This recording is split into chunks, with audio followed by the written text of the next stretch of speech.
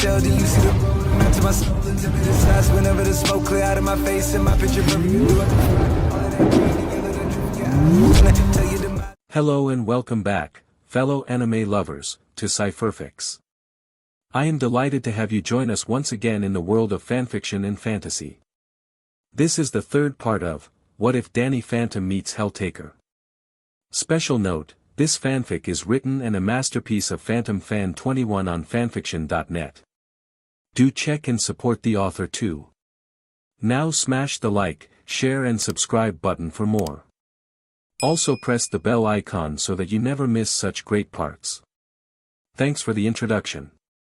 Now let's dive into the world. Azazel steps out into the cold air, wearing her white coat and white earmuffs. She could see that the town was covered in white snow, and many buildings had colorful lights on them. She had no idea what was going on, but the way people were walking around and wishing other a happy holidays made her felt really happy. Sadly, Lucifer and the others couldn't stand it, and they all went back to hell for the day. Lucifer trusted her to watch over the apartment, and she made sure the place was clean before heading out. Azazel walks around, and was surprised that some people started to wish her a happy holidays.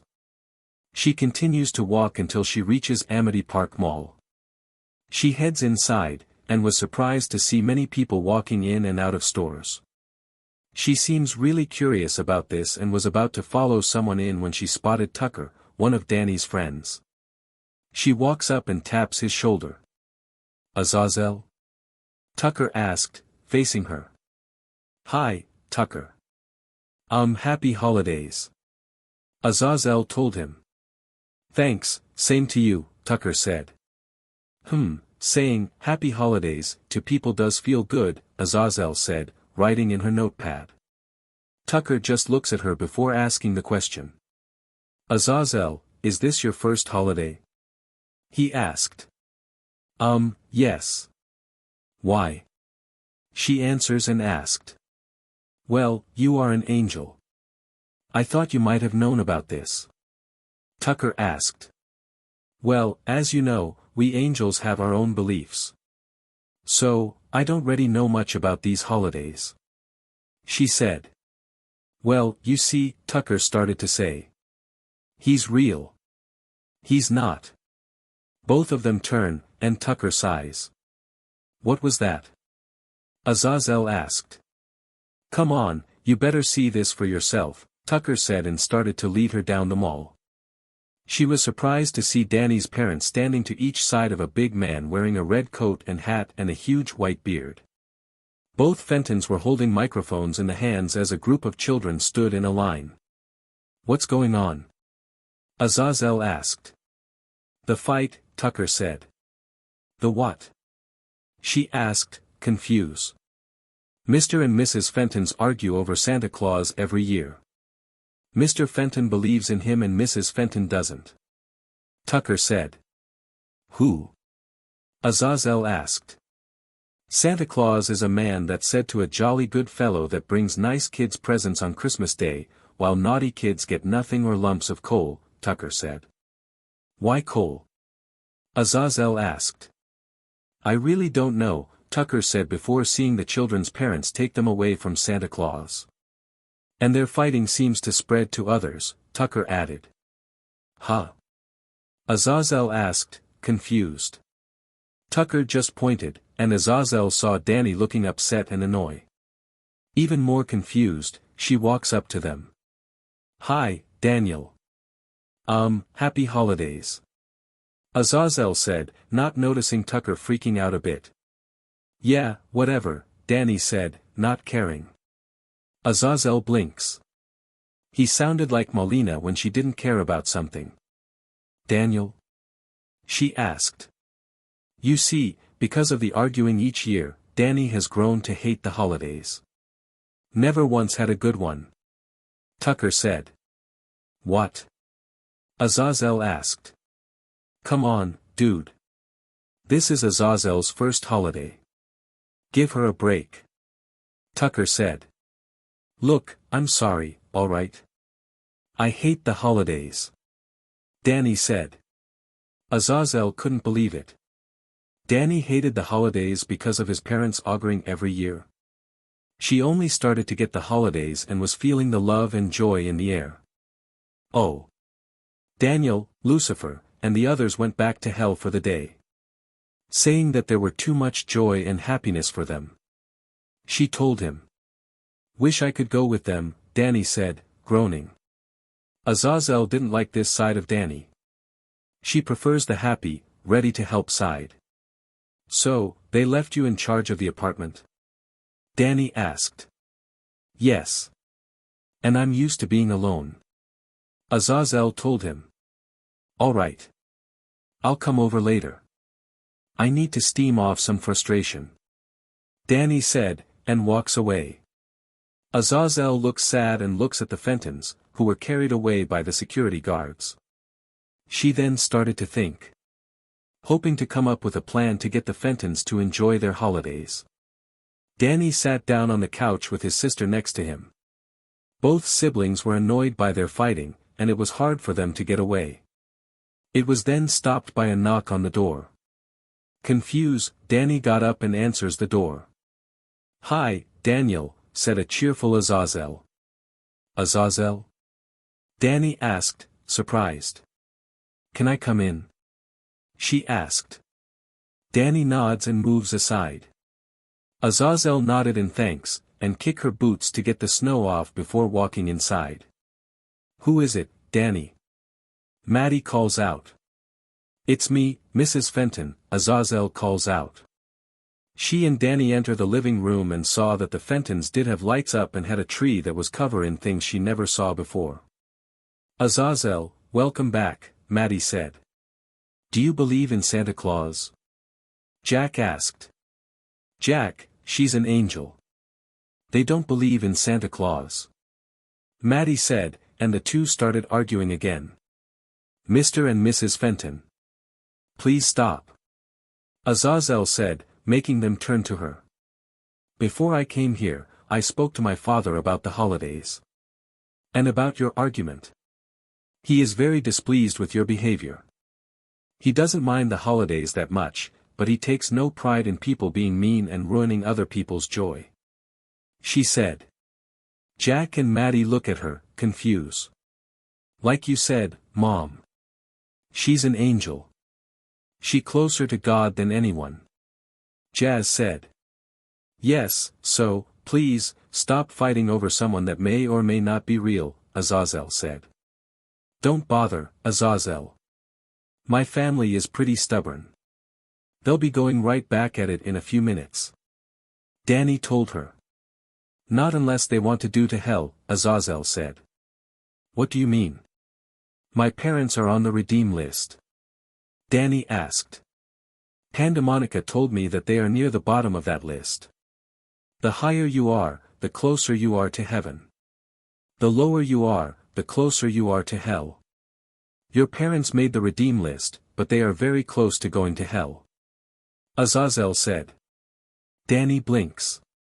He had no idea that his parents were close to going to hell. Jack and Maddie look surprised at the news as well. Are you sure? Jazz asked. Yes, heaven also has a person that keeps an eye on people and decide where they will be heading, Azazel said. Everyone just looks at each other, not sure how to take the news. Azazel sat down at the table and notices the food that was out. However, Jack and Maddie were once again at it. She sighs and saw Danny had a point.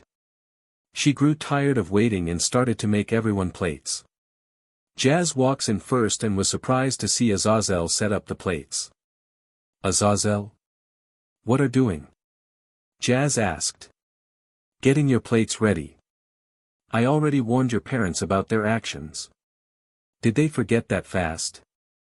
She said, then asked. As Danny told you, we're stubborn. Jazz said. Azazel sighs. She really did want to repeat herself. She then walks towards them and grabs them by their jumpsuits, and pulls them towards their seats. She put them in their seats and gave them their plates. I learned that holidays are times of joy and laughter, not arguing over something like a bunch of kids. If I have to remind you again. About your actions, I won't be so kind. Azazel told them. Jazz blinks and guesses that Azazel must have limited on how people act. It was clear that she liked her family, but she was an angel. She was just trying to set them on the right path. Jazz sat down, and Azazel looks confused. Where's Daniel? She asked. He left in a huff after Mom and Dad started arguing again. Jazz said. Azazel sighs. Tucker was right, Danny never had a good holiday. I wonder why, Maddie said. Now Azazel was shocked. They wonder why. Why? Azazel whispers, but they all heard it. Why? She said before she snaps her head up. All three of them were shocked to see an angry look on her face. It didn't look like Azazel at all. Why? She screams, standing up so fast, she knocks her chair down. He left because of you two. He left because you let something as stupid as an argument ruin his holidays. She shouted. Jack and Maddie look surprised and Jack looks to say something, but Azazel stops him. I may have known Daniel for a few months, but I can clearly see that you two are the source of his hatred for the holidays. This is my first holiday and I find that you two are acting like children because of what you believe in. She shouted. They both lead back as Azazel leads close to them. Who cares if this Santa person is real or not? If you two can't see that your actions are affecting other people, then you're doomed for hell. Your son is already marked for heaven. Jazz is going to follow him, but you two won't follow them because of this stupid argument. If you can't enjoy the holidays, then don't enjoy them at all. She shouted again and leaves the room. The Fentons heard the front door slams, signing that she had left. Jazz sighs and turns to her parents. She's right. Neither me nor Danny can enjoy the holidays because you two argue over Santa Claus. Mom, Dad, it's time you two just accept what you believe in and stop disagreeing with each other. If you both believe in ghosts, then why are you fighting about someone that may or may not exist? Jazz said. They looked at each other, and Jazz sighs. It's not that hard to guess why Danny left. You've been doing this since before I was born. If you can't see that, then we shouldn't spend the holidays together. Jazz said and grabs her plate. Merry Christmas, Mom and Dad. Thanks for ruining it every year. Jazz said and left. Jack and Maddie just look at each other and sigh. Deep in their minds, they knew they mess up. Azazel started to look around town for Danny. She tries to text him, but he didn't answer. She then notices a family close by and saw how they so happy together. Azazel smiles and then spotted something. Not far from the family, stood Danny in his ghost form, watching them. She could see that he was a bit happy for them, but it faded as he sighs. Not wanted to lose him, Azazel walks up to him. Nice family. She said. Yeah, Danny said. They just stood there and watched the family throw some snowballs. What are they doing? Azazel asked. Snowball fight. Mostly harmless, based on how hard you throw. Danny said, remembering the times he and Jazz would start one. Azazel watches the family laugh and clean some snow off them before walking away. She then turns to Danny.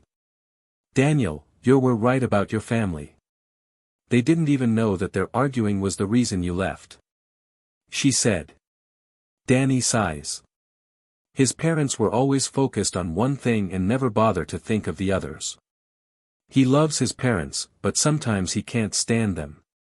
I sorta lost my temper with them when they didn't notice, Azazel said. Danny looks at her. She lost her temper with his parents. He didn't think an angel would get mad about anything. Danny sighs and turns back into his human form, wearing his purple coat. I told you my family is stubborn, Danny said. I didn't think they were stupid to ignore my warning, Azazel said. They're not, but at how they are, Danny said. Azazel sighs and faces Danny. Daniel, I like your family. When I visit that day, I saw a happy, lovely family. But today, I saw the opposite of that. I saw the parents acting like little kids and making their real kids hate them for it. Your parents are on the redeem list, but they are close to going to hell as I told you before. Azazel said. I wish, for just one night, that they could not argue about Santa Claus. We can be a family on Christmas Day. Danny said. Azazel understood. Then, to her surprise, it started snowing. Danny blinks and they both looked up. Snow fell all around them, and it felt peaceful. Then Azazel notices something. What's that? She asked. Danny follows where she pointed and blushed. That's a mistletoe. He said. A mistletoe? Azazel asked. Yes, as much as I want to blast that away, I don't want to ruin your first holiday, Danny said. What is it out here? Azazel asked. Well, it has a Christmas tradition. It said that if a guy and girls stand under one, they are supposed to kiss. Danny said, looking away. Kiss? You mean like the way Modius kisses you? Azazel asked. Sorta, Danny said. Kissing under a mistletoe. Interesting. She said, before looking at Danny. Can you show me? Azazel asked him. What? Danny asked. For my research. There are many things about Earth I want to know. So, can you show me what it's like to kiss under a mistletoe? Azazel explains. Danny wasn't sure. Azazel had no idea what it meant to kiss under a mistletoe. Still, she was learning. Okay, first we need to stand closer, Danny said, and Azazel steps up closer to him. Next, close your eyes and lean forward, Danny told her. Azazel did just that, and Danny took a breath. He repeated the actions, and soon their lips touch. Both of them remained still, lost in the feeling. Before long, they kissed deeper and wrapped their arms around each other. They just stood there as light shined down on them. How above, God himself watches his daughter kiss the boy and smiles. Azazel was growing angel. She still had much to learn, but he knew that Danny would never hit her in some form. Continue to grow, Azazel. I'm very proud of you. He said. He knew that Azazel was happy to have a friend, and he could tell that she had feelings deeper than a friend. I'm trusting you to watch over her, Daniel. Take good care of my daughter. He said. Malina yawns as she notices she slept on the couch again. The game she was playing was on the main menu, and she felt like she had a hangover. She was also wearing her tank top and shorts. She got up and walks towards the kitchen. She saw the glass of water and a pill waiting for her. She knew that Strada left those there for her. She was really trying to make up what she did to Jazz. She was pleased to see her sister trying to be better and took them. She then started to look through the fridge for anything to eat. Lucifer had agreed to cut back on the pancakes for a few days. So, that left them with something else. She found some leftovers from yesterday's dinner and warmed them up. She soon heard someone else walk in and saw her sister. She was wearing nothing but her unders, the only time she could get away with that. Morning, Malinka. She said, placing an unlit cig in her mouth. Morning, she said back. So, you and Danny are going to date today? Strada asked. Yeah, and it's not like his and Modius, Malina said. Strada nodded before Malina hands her a plate. Strada didn't question it and took the plate. The sisters sat at the table and ate their breakfast. I plan to hang out with Jazz again, Strada said. Strada, Malina started to say. Relax. It's not going to be the same as last time. I'm keeping her in the human realm this time. Strada said. You better. Danny just forgave you, and you don't want to lose it.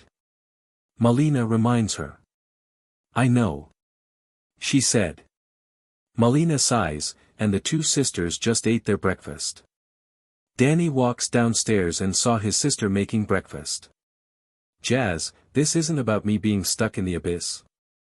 Danny asked, remembering what happened the last time when he was stuck in hell. No, I know that you and Malina are going to date later. I'm just still shocked you're dating another demon girl. She said. Well, Malina is different than Modius. Though, I have strong a feeling that it's not going to be simple, Danny said. Jazz sighs. She still recalls that Strada wanted to hang out again. However, she doesn't plan on dragging her to hell this time. Strada wants to hang out again. She said, waiting for Danny's reaction. Really? What for this time? He asked. She didn't tell me. Only that we're not going to hell. She answers. Danny sighs. It not that he didn't trust Strada. He just wasn't sure after what she did last time. Still, he knew that Jazz knew what to keep an eye out for this time. Just be careful around her. She might try something. He warned her. I'll be careful. Jazz said. Danny could only sigh, and the siblings ate their breakfast. Later that day, both Danny and Jazz headed to the apartment. He opens the door before he was grabbed and pulled in by Lucifer. You kiss Azazel? She shouted. Danny blinks as Jazz walks in. What? Danny asked, confused. Azazel told us about the mistletoe. Why would you kiss an angel? Lucifer yelled. That's so lewd. Modius said, her face fully red. Why did you tell us about that, Mstr Danny? Cerberus asked, almost ready to cry. Azazel told me that you girls couldn't stand the joy and happiness that the holidays gave off. And I wasn't accepting a mistletoe under us. Danny told them. If you weren't my boyfriend, I would take your soul for doing something like that. Lucifer yelled. Lucy's jealous, Beelzebub spoke up. I am not. Lucifer yelled. Beelzebub just smirks before pushing the sisters towards the siblings. You all need time to get your thoughts together. From what I learn, they only did that because Azazel was curious about it. She said. Did you really kiss Azazel? Malina asked. Yes. That was the first time I ever kissed an angel. Danny said. I see, Malina said. I said it before, and I'll say it again, then HRM is building, Strada smirks. Danny sighs before facing her. Now, Strada, you better not get my sister into trouble. I know you're the, pardon my language, bitching demon, but if you get Jazz into any trouble, I will ask Lucifer to send you back to hell and stay there. Danny told her. Relax, she's in good hands, Strada said, wrapping her arm around Jazz's shoulders. Danny sighs and looks at Malina. She said nothing, but she knew what Danny was thinking. He just forgave her, but he was still not sure. Behave Strada, Malina said before she and Danny left. Have fun with your date, Malinka. Let me know when you decide to sleep with him. She calls out. Shut up. Malina shouted back, blushing. Danny and Malina were heading back to the mall. Malina was in the mood for some new games, and Danny heard about a new game that just hit the shelves today. Malina, why does Strada mention that? Danny asked. What? Malina asked. That you want to sleep with me, Danny said. My sister can be a real pain in the ass. But she does care about me. According to her, she wants me to be happy. That teasing is her way of showing that she's happy for me. But I really hate when she keeps bringing that up. Malina growls. Sisters, the most annoying thing on the planet, Danny said. Tell me about it. Malina groans as they enter the mall. What they didn't know, someone was watching them. Someone that was hunting Danny. There he is. I heard the rumors about him hanging around demons. I wasn't too sure about it at first, but now it's fully clear.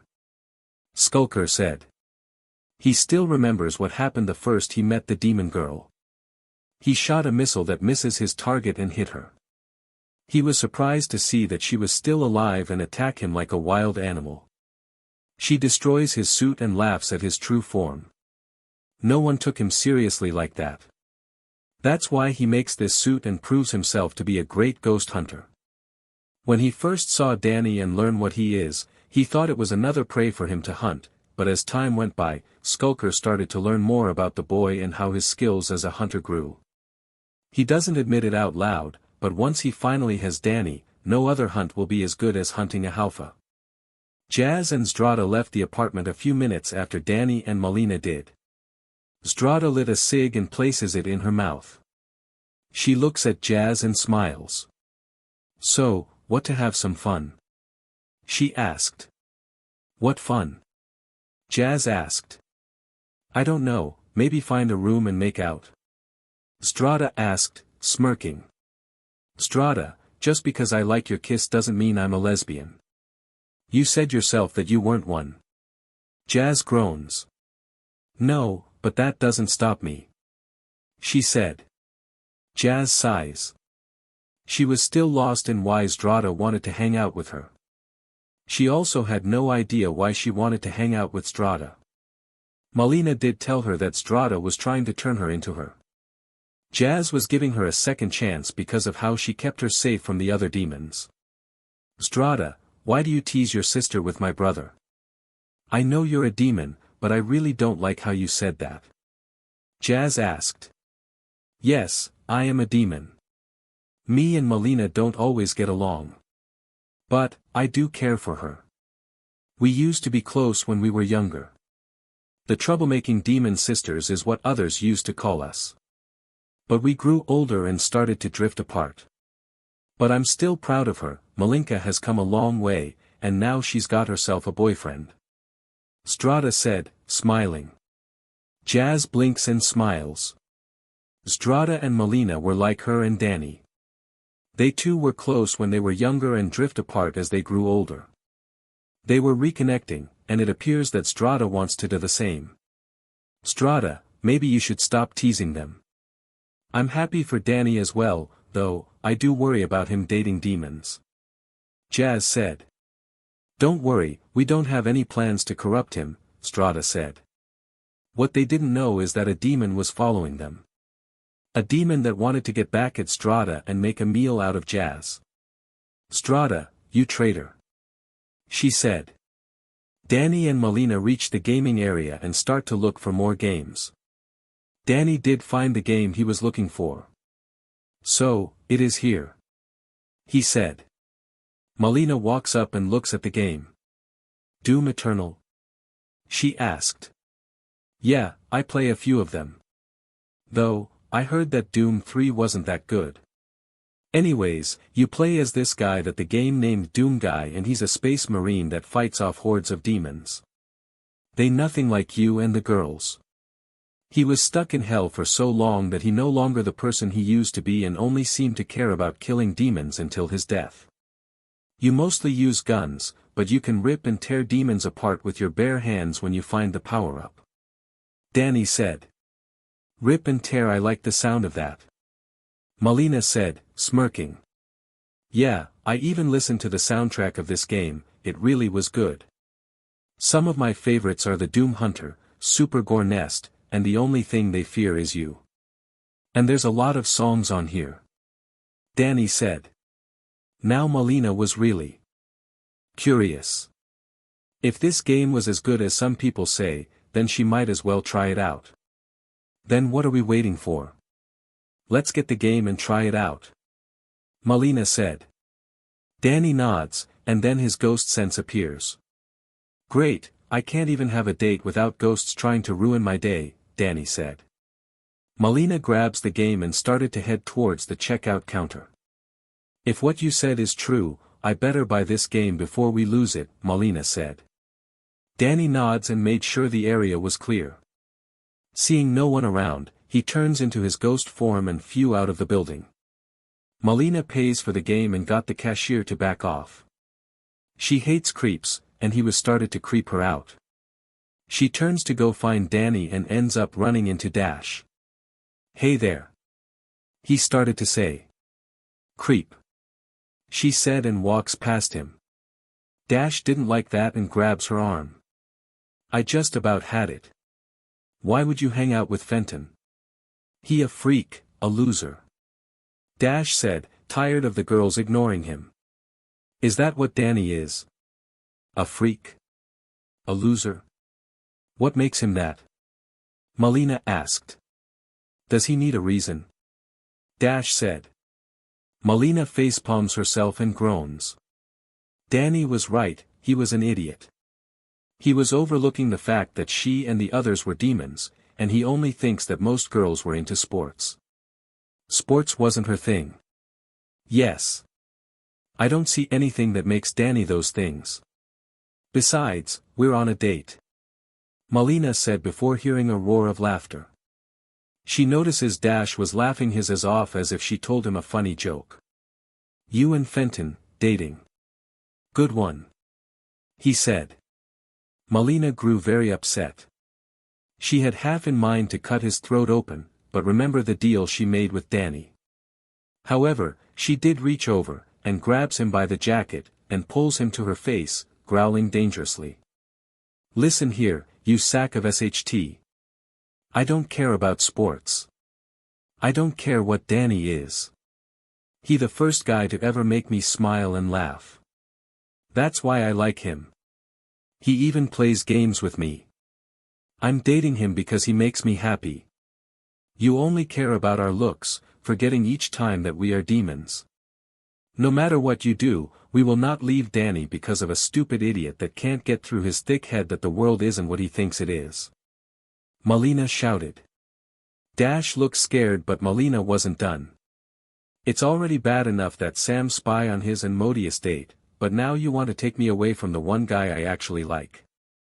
You know what, once you get to hell, I'm going to show you how I like to have fun with my toys. She shouted. Dash blinks before Danny came falling through the building and lands in front of them. Malina looks up and saw the same ghost that ruins her suit before. She tosses Dash aside and steps in front of Danny. You again. She growls. Yes, me, Skulker said, floating down. Me. He said. Shut up. I've seen the movie. You're not as awesome. She said. The Matrix, remember? I brought it over for the girls to watch, and they love the action and special effects. Danny said. Danny also had to get another version for Justice because she was blind. Justice actually loves the movie, and the girls would sit down and watch it every night.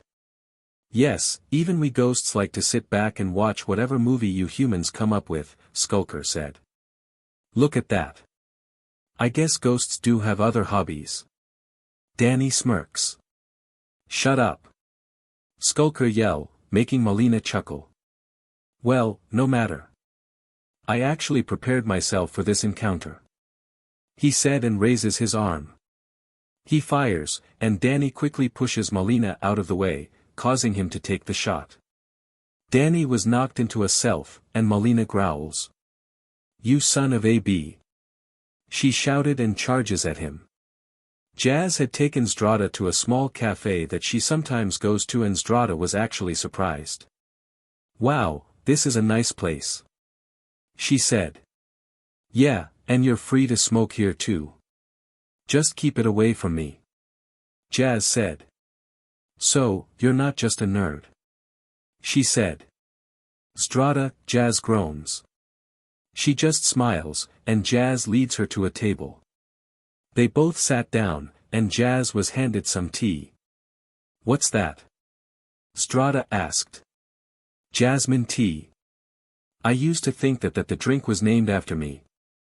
But I learned it was named after the leaves with my name. Jazz said. Jasmine? Heh, nice name. Zdrada said. Zdrada, you don't have to act nice for my sake. Danny forgave you, and so have I. You can be yourself. Jazz told her. Heh, fair enough, Zdrada said. Jazz nodded before feeling something rub against her. She looks down and saw Strada's tail rubbing a spot that makes her blush. Not like that. She shouted, making her laugh. I'm joking around. Besides, you're cute when you're embarrassed. Strada said. Jazz groans and sips her tea. Strada took a puff of her cig and looks up. She could easily see how Jazz and Danny were alike. They both get embarrassed easily over her teasing, and they're just great people to hang out with. It made her happy that she could see them as her friends. She was snap out of her happy mood when she spotted someone behind Jazz. Someone she never thought she'll see again. It was Claire, and she was about to bite Jazz's head off. Strada quickly acts and blew out a huge cloud of smoke. Jazz coughs before feeling Strada grabs her arm and pulls her from her seat. Jazz was about to ask what she was doing before hearing a crunch on her seat. She looks and was shocked to see Clary, who spits the chair out. Many people saw that and ran from the cafe. Claire. I'm surprised you're still alive. I thought the demon killer killed you.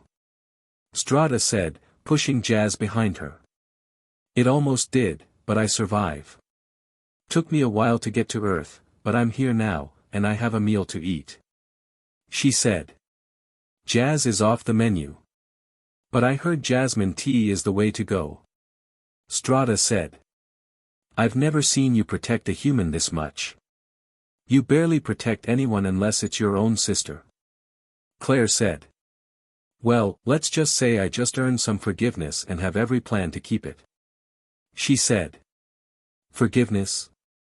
Demons don't get forgiveness. Claire said. Well, I did, Strada said. A demon, getting forgiveness? You have grown attached to that human. Claire said. Hey, she's a cool gal even for a nerd, Strada said. I'm not a nerd. Jazz shouted. See? Strada smirks. Claire just looks at them and sighs. She snaps her fingers, and Strada's membership card flew out of her pocket. Claire grabs it before tearing it in half. Strada was shocked at the action. She knew what that meant. She was kicked out of Punk Palace. That means she's not protected by the rules anymore. You're traitor, Strada. I don't take kindly towards traitors. Claire said, and looks at Jazz. You know, I always did like playing with my food. Maybe I can have some fun with her before I eat her, Claire said, liking her lips. Strada growls. She wasn't going to let Jazz get hurt and lose Danny's trust again. She took her cig out of her mouth and drops it on the ground. She then steps on it, surprising Claire. Strada only did that if she was serious, and she was. Jazz, get out of here. She said. What? Jazz asked. Trust me, you don't want to see Abby get serious, Strada said and pulls out her knife. Jazz could see there was something in her eyes that told her to run. She turns and started to run out of the cafe with Claire jumping towards her. Strada reaches her tail out and grabs Claire's ankle. She pulls her back and threw her into a few tables. Claire groans and got up. She forgot that Strada was one of the most powerful demons in hell. You want her? You have to go through me. Strada said. Skulker. Dodges Malina's long nails before he was hit from behind by an ectoblast. Danny had flown around and shot at Skulker. It was enough for Malina to stab her nails into Skulker's suit, causing a few sparks to appear. He grabs her arm and threw her into Danny. They both crashes into the ground, and Malina found herself on top of Danny. The two just look at each other and blush. I won't say anything, Danny said. You better not. Malina said, getting off him. Cute, Skulker said, smirking. Shut up. Malina shouted. Tomboy? Skulker asked. I think just about all the girls are in some form, Danny said before standing ready. Skulker just smirks before firing his own ectoblasts. Danny fires his own and a small explosion appears. Malina uses the smoke and appears in front of Skulker, landing a punch to his head. Skulker was knocked through the doors and land in the parking lot. He groans and stood up. Right, she's a demon. They are far stronger than human beings. He said. You bet you're as we are. Skulker looks up to see Malina in front of him again and quickly turns himself invisible. Malina blinks and started to look around. Danny lands behind her, watching her back. Do you see him? Malina asked. No, I may have the same power, but I know ghosts can hide themselves from others, Danny said. Malina then remembers something about a game she played. There was an invisible enemy, and the main character had to listen for his enemy. Just because you can't see them, doesn't mean they weren't there. She closes her eyes and listens. She knew that Skulker was wearing a mech suit, and they always made sounds. She heard a clanking noise and heard that it was in front of Danny. Danny, punch straight ahead. She said. Danny chose not to question her and punch. He felt his fist hit something and saw Skulker get knocked into a nearby car. Whoa! How did you know? Danny asked. Even he had trouble telling where ghosts were at times. He's wearing a mech suit. They make sounds no matter how quiet the person is. Malina said. I got to remember that, Danny said. Skulker stood up, and growls, and fires a few missiles at them.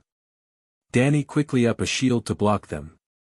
Zdrada dodges Claire's bite before slashing her with her knife across her face. Claire screams before taking a few steps back. Zdrada then shoulder tackles her, causing her to slam on the wall. Zdrada goes to stab her, but Claire grabs her arm and started to push back. Come on, Claire. We're not in Punk Palace anymore. Nothing is keeping me from using my full power. Zdrada said. Maybe, but remember when I said it took me a while to get here? Claire said, before reaching into her pocket and pull out a gem. Zdrada looks at the gem and gasps. Where did you get that? She asked. The 9th pit of hell, Claire smirks. You went there? Zdrada shouted. The 9 pits of hell were the worst parts of hell. Each pit was worse than the previous pit. It was said that the 9th pit was the worst one of them all. Anyone that travels there never comes out or isn't the same. Yet, Claire went there and came back. Actually, I never went into the pit. I found this at the gate. Claire clear up before the gem glowed. Zdrada felt Claire overpower her and snap her hand, causing her to drop her knife. Claire then headbutts her away and then threw some punches that knock Zdrada back. She then slams her on the wall and holds her by the neck. Trust me, Zdrada, I never wanted to hurt you. You were the best punk in all of hell, but you change. You have changed from a demon to something else. Claire said. Really? And here I thought I was being a-b. Zdrada said, smirking. Claire sighs before holding her up in the air. She forms her claws and stood ready to stab her with them. Sorry, Zdrada, but I can't let you live after what you did, Claire said. She goes to stab her before Jazz suddenly jumps on her from behind and stabs her in the shoulder with Zdrada's knife. Claire screams and drops Zdrada. Jazz hangs on the best she could before Claire grabs her and threw her off. Jazz hit the ground hard but was able to roll away from Claire and stood up as Zdrada did. I thought I told you to run, Zdrada told her. You saved me from her and the other demons. Maybe some of Danny's heroic is rubbing off on me, but I'm not going to let you die. Jazz said. Zdrada looks at Jazz shocked before smirking. Yeah, you're his sister all right. She said. Claire pulls the knife out and looks at the two. She saw that Jazz wasn't scared and looked ready to fight, even if she was out of her league. Humans, sometimes I wonder if they are important as others say. She said. Maybe you should get to know them. Their way of life might make things better. Jazz said. Claire sighs and stood ready. Danny and Skulker were firing shots at each other, some of them actually hitting a few cars. Danny then flew up close and punches Skulker towards the ground. Malina stood ready before throwing her fist upwards and tear into Skulker's back, causing a lot of sparks to appear. However, Skulker turns and grabs Malina's arm before flying into the sky. You know, I did always wonder if demons could fly. Let's see those wings of yours. Skulker smirks and threw her as hard as he could. Malina. Danny shouted and started to fly after her. Danny flew something grab his ankle and pull him away. He was slam into the ground, and Skulker stood over him. Danny growls, and threw up a palm, and fires an ectoblast, catching Skulker off guard. He rips off the grappling hook and flew as fast as he could, hoping to catch Malina in time. He saw that Malina was still in the air but did nothing to stop herself. That clear up one thing, Malina didn't have wings like most people see demons have. He flew faster and reached her. Malina. He shouted, making her look at him. Danny reaches his hand out, and Malina did the same.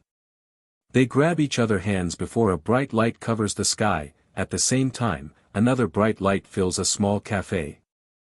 The person inside the light fell and slams into the ground. A hand burst out of the rubble and started to pull itself out of the ground.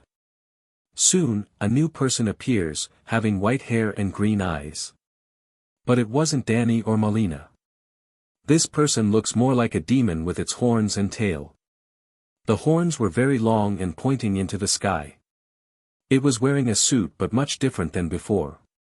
It had a white open vest and a red t-shirt. It also had black pants and white shoes. It clearly looked more like a female because of its chest and the long fingernails. It stood up and shook its head. Ow, that going to give me AF headache. It said. The strange demon stopped when it heard itself speak. Its voice made it sound like a girl with a bit of a boy's voice. It quickly looks over itself and was shocked. What the F is this? It shouted. It then felt two minds running at the same time, voiced their surprise as well. Wait, Danny and Malina. How is that possible? I thought demons could only fuse with demons. It said. This is indeed strange. The fused demon turns and saw Skulker land close by, surprised at the look face. And who are you? He asked. I don't have AF clue. I just came into existence. It shouted. Well, no matter. I get 2 for the price of 1. Skulker smirks. F off. The demon said and punches him. Skulker was knocked back from the punch and slams into a building, and appear out of the back and into another one. The fused demon blinks and looks at its fist. Did I do that? It asked. It looks up to see a missile coming at it. And grabs it by the noise, stopping it.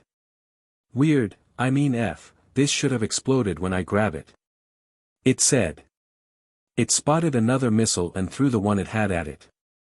The 2 missiles exploded, and Skulker appears in front of the fused demon. Skulker swings his blade and felt it hit its neck, but the blade didn't slice its head off. F weird. It said before grabbing the blade and pulls it away. What are you? Skulker asked. A really confused and PSS off demon. It said before punching Skulker. Skulker was completely shocked. This demon just rips its fist inside of his suit, and it felt as if his breath was knocked out of him, even though he didn't need to breathe. The demon looks at Skulker before feeling Danny's mind kick in. It knew of Skulker's true form and felt Malina's mind appear next. It smirks and grabs Skulker's arms. It started to pull and Skulker looked surprised. Rip. It said, pulling his left arm off. And tear. It added, pulling his right arm off. Skulker took a few steps back and notices the SDST look on its face. Good thing your true form is in the head because I'm going to have lots of fun ripping and tearing your suit apart. It said, and charge at him. Minutes before Danny's and Malina's fusion. Jazz knew she wasn't much of a fighter, even against a demon, but she wasn't helpless. She dodges Claire's punch before punching her in the cheek. It didn't much, but Jazz was ready. She jumps back as Claire threw her punch. Jazz then bends down as Strada ran up to her back and jumps off, delivering a powerful punch to Claire's face, making her take few steps back. Claire recovers, and grabs Strada, and tosses her away. Claire ran up to Jazz and tries to bite her. Jazz quickly jumps back away before grabbing a nearby chair and hits her with it. It didn't hurt her, but she was caught off guard and took a few steps back. Jazz tosses the broken chair aside and slides under Claire's legs. Claire notices and turns to follow her, only to be hit with another chair by Strada. She took a few steps back again and growls. Jazz stood next to Strada as they kept themselves ready for anything. "Geez, she's tough," Jazz said. "It's that gem. As long as she had it, she's powerful," Strada said. "Any idea how to get it?" Jazz asked. "Just one, and you won't like it," she said. Claire was confused about their whispering before Jazz ran up to her. Claire tries to grab her, but Jazz ducks under her arms. Claire looks down, only to see Jazz pointing up. Claire looks up before seeing Strada suddenly drops from the ceiling. Claire felt Jazz grabs her gem and quickly grabs her and threw her into Strada. Both girls were knocked into the ceiling before falling back down. Claire then grabs them both and threw them onto the floor. Being a demon, Strada was able to withstand the feeling, but Jazz couldn't. She hit the floor so hard that she spit up some blood as her breath was knocked out of her. Claire goes to step on Jazz, but Strada reaches out and grabs her hand, causing a bright light to fill the room. Claire was blinded by the light and took a few steps back. When it faded, there was a demon standing where Jazz and Strada was. It still had white hair, but its eyes were aqua instead of red. It had long hair that reaches the floor and a bang covering its eye. Its shirt went from red to blue and its pants remained black. It also had Strada's armband, but on both arms. It blinks and smiles. "Whoa! What a rush!" it said, its voice mixed with Strada's and Jazz's voices. "What? You fuse with a human?" Claire asked, shocked.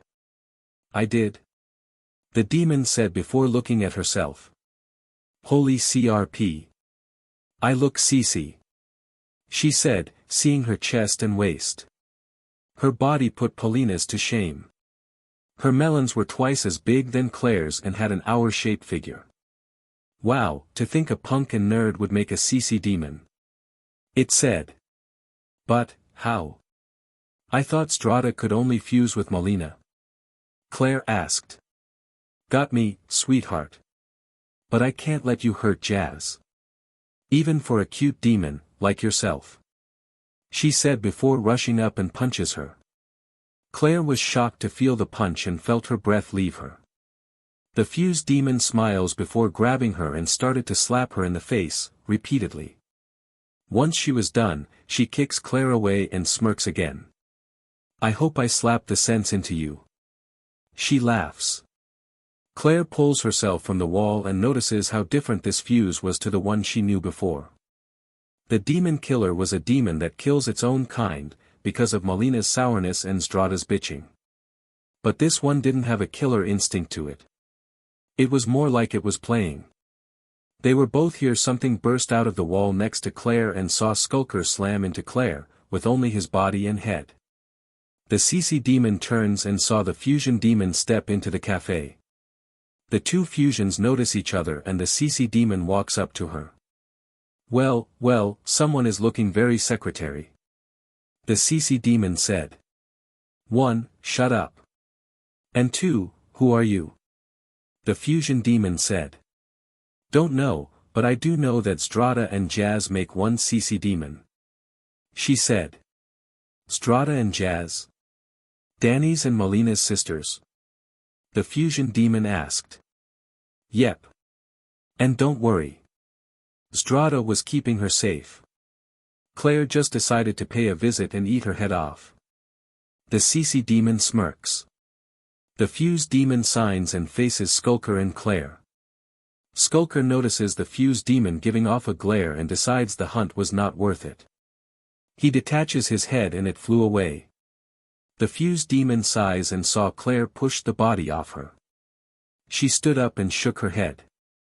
She was shocked to see two fusion demons in front of her. Another one. She shouted. Yeah, and she's just as cute. The CC demon. I don't think I'm a she. I mean, I look like a girl, but I don't feel like one. The fused demon said. Oh, by the way. Claire is wearing a gem from the 9 pits of hell. The CC demon said. What? What the F is she doing with one of those? The fusion demon asked. Getting back at Strata and trying to eat Jazz. The CC demon said. Let me guess you try to get it back before suddenly coming to life through Jazz and Strata? It asked. Pretty much. She said. The two fusions face Claire, who backs away. One demon fusion was hard enough, but two of them. The fusion demon suddenly appears in front of her and snatches the gem away from her. Claire felt her power go back to normal before the CC demon walks up. Ready for a one-way trip to hell? She said, before pulling Claire into a kiss. Claire was shocked and could felt something inside of her burning. The CC demon kisses deeper until Claire burst into flames. Claire couldn't scream as she could feel 1,000 hands grabbing her feet and started to pull her down. The CC demon undid the kiss and smirks. Enjoy hell. She said as Claire was dragged through the portal. The two fusions look at each other and headed out. Lucifer and the other girls stare at the two fusions in complete and utter shock. You fuse, with humans? Lucifer shouted. I know, pretty neat, huh? The CC demon asked and notices Modius drooling over them. Look, we don't get it either. I'm not sure how she was able to exist, but I think it because of Danny's ghost powers that I exist. The fusion demon said. Sounds right. I do know that Strata and Malina have close bonds with each other. That's the reason they can fuse. The CC demon said. This doesn't make any sense, Lucifer whispers. Wow. What a discovery. Tell me, how do you feel? Can you do this with others? What about fusing with another fusion? Azazel asked. Excited. I don't think it works like that. Beelzebub, stepping up close. I think Danny and Jazz have a close bond with Malina and Strata. It might not be big, but it's big enough for this to happen. She said. So, how do we unfused? The fusion demon asked. You have to wait it out. And who knows how long that would take? Pandemonica said. The fusion demon sighs as the CC demon smiles. Sounds great. Come on Modius, let's have some fun. She said. Oh no you don't. The fusion demon said, and grabs her by the ear. You're going to sit the F down and let this fusion run out. The fusion demon said. Chill out sis. I'm only joking. The CC demon said. Lucifer sighs. She did find it very strange that Danny and Jazz could fuse with Malina and Strata. It also made her wonder, could Danny fuse with her? The fusions took longer than everyone thought. Jack and Maddie headed over to figure out what their children didn't return, and were shocked to learn that their kids fuse with two of the girls. Lucifer did tell them that they were surprised too. She had no idea how or why their kids could fuse with Malina and Strata. She did tell them that the fusion wasn't permanent, and they just had to wait it out. Azazel just kept asking the fusions questions, and Modius couldn't keep herself away from them. The fused demon got more annoyed with them and stated it was trying to let Danny's mind out, but Malina's kept surfacing instead. The CC demon informs that Jazz's mind is still there, but she doesn't want to speak up because she's embarrassed by the body. Strata's mind is trying to help her but Jazz was being stubborn. Finally, after 3 hours, they turn back into Danny, Jazz, Malina, and Strata. I never thought I'll so happy to be in my own body again. Jazz said. Come on, Jazz. You had fun. Strada said, clearly like her new fusion. Strada. We acting like some kind of were. Jazz said before slapping her hands on her mouth. Jazz, are you always trying to act like an adult? I'll admit that fuse with Malina was surprising, but I'm not going to complain just because we swore a lot. Danny said. You saw what we look like, Danny. That wasn't me. Jazz said. No, demon fusions have their own personality. They share our minds, but they have their own lives. Remember when you saw me and Strada fuse? Malina explains. Jazz did remember. The demon that Malina and Strada become did scare her at first. All the screams and BLD that she heard and seen made her scared. But when it faces her, it didn't have any means of harming her. It explains that fused demons carry no names, only titles. Jazz saw how nice it was and brought her back to Earth. Besides, I own you one. You saved me from Claire. Strada said. Well, Jazz said, blushing. Look at that, Jazz save a demon, Danny smirks. Shut up. Jazz said, facing away. Malina blinks in surprise. Jazz save her sister. Malina then gave a small smile and walks up to her. Jazz looks confused and then was shocked when Malina hugs her. Strada smiles, and Danny just shook his head. The next day, Judgement was walking around in her room. After the fusion talk came to an end, she was thinking about telling Danny her feelings. But because of what happened to Justice and Mach, she was still hesitant to come forth. She didn't understand it. She thought he was rid of that shy and meek part of herself, and yet, she becomes that demon when Danny is the subject. I'm the prosecutor of hell. Why am I so nervous about one human boy? She almost shouted. She thought back to when she first met him. She was surprised to learn that Lucifer gave him a task of helping out some demons, and was going to let him out of hell. She was just doing her job and wanted him to be judged before he left. She then learns about his powers and how he comments on her quiet voice over her loud one. Then they work together to recatch the ghost. When Danny allowed her to come along, she was surprised by how kind he was. When she was taken to the gym for the first time, she felt something spark in her. She hugs Danny without a second thought and was embarrassed by it. Why? Am I sick? I know I like Danny, but why am I acting differently? She said. Oh, you not sick. Judgement turns and notices Justice standing by her door, smirking. Then what? Judgement asked. You're acting like how I was when I first met Mach, lost, confused, and unsure of myself. Judge, you're not sick. You're in love. Justice said. In love? Judgement shouted. Yep. Truthfully, I think all of the girls are in love with Danny. Lucifer, Modius, Malina and Azazel all made their moves. Cerberus is trying to take it a step farther, but you know the kind of person he is. Heck, I even find myself falling for him. He just so awesome. Justice said. But you don't know what he looks like. Judgement told her. Don't have to. I learned that blind people can tell things by using their other senses. When I first met him and was told he needed new clothes, I felt his skin. I knew he was the kind that didn't work out a lot, but could defend himself if he needed to. Heck, when I turned down the A-listers, he was there to talk to me. He even understands how I felt when I was used by Mach. Danny is far different than any human. Judgement, you can't keep those thoughts to yourself. We all knew you like him. Justice said.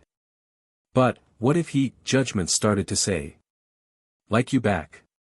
Yeah, I was worried about that when I wanted to confess my feeling to Mach. But listen, Judge, the sooner you get it off your chest, the better you will feel. Trust me, when I finally told Mach, I felt a huge pit in my stomach had lifted. Justice said. Judgment looks at the ground. Was it really that simple? Just walk up to him and tell him how she feels about him. Justice walks up and places a hand on her shoulder. No matter how much you change, you're still the same little demon I took in all those years ago. She said. Justice, why me? Out of all the demons, why me? Judgment asked. Most of the demons thought a strong one was needed. But you were different. You never complain, got upset, or just flat out quit. You got back up and never backed down. You were the nicest demon in all of hell. You even went out of your way to help others, something unheard of. But I saw where your true strength shines. Judgment, I chose you because I knew that you could go places. I knew that you would face any challenge head-on. When the previous High Prosecutor chose me, she only saw me as a powerful demon, and I wanted to prove that. It wasn't until I met Lucifer and shown my true self that I truly felt like a real demon. I wear these gloves not only out of proudness, but because she was my first friend.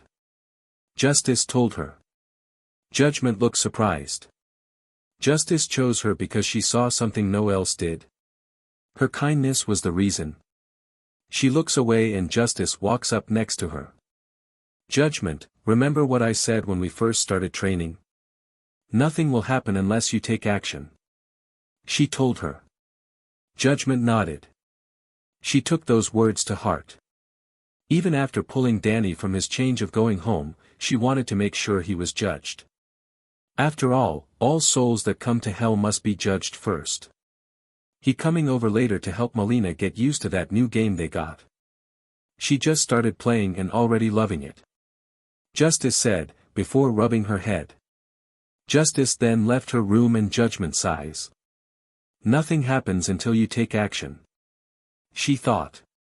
She took a breath and started to head downstairs, just in time to see Cerberus jump on Danny and asks him about puppies. It was an hour later that Danny helps Malina understood the lore of Doom and was in the kitchen.